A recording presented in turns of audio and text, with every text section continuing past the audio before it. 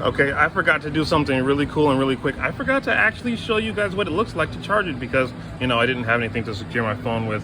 So I'm just gonna I found something to kind of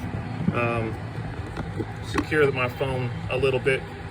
It might like flop around on me for a bit, but I think we'll be able to pull this off real quick.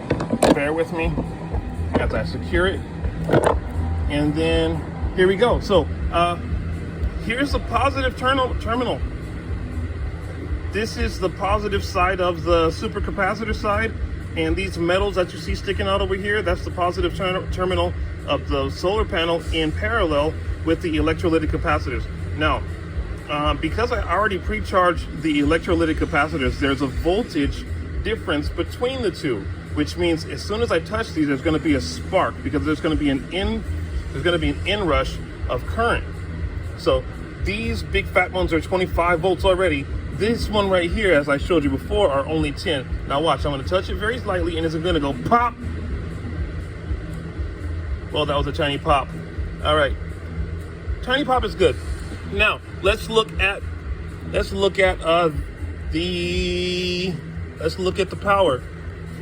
I'm going to be very careful about this and stick that there, and then hopefully I can get a nice camera shot. And as you can see, we are now charging. Look at it charge, baby, look at it charge. 13, 14, 15. We are now charging up the supercapacitors to the capacity of the solar panel. 17. The electrolytic capacitors are already at 20 something, and it's the supercapacitors that will take more time because they've got more energy space to fill up. Sorry for coming in at a slant like this. 18, 19, and I think we're gonna top off at like 21. 20. Now it's kind of flopping around because the negative terminal is not really secured tightly. There you go. And it's topped up. 27, slowing down now. It's gonna top off at like 21 or so.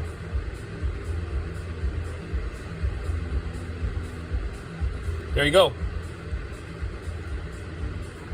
It'll probably, wow, it's actually going up a lot higher than it should because this little thing right here is only rated for 18 volts. I'm actually quite surprised that it's getting as high as it is. I'm almost at 21.5 volts. That's impressive. Okay, now, what does this mean? What can I do with this? Well, I have 10 farads. Let me move that off because that's dangerous. I don't want to weld them together. So I've got 25 volts and 10 farads or so.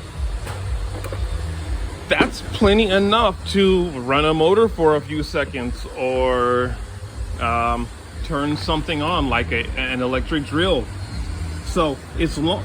You can keep chaining these up as long as you want. Now upstairs, I've got a 4-story building over here.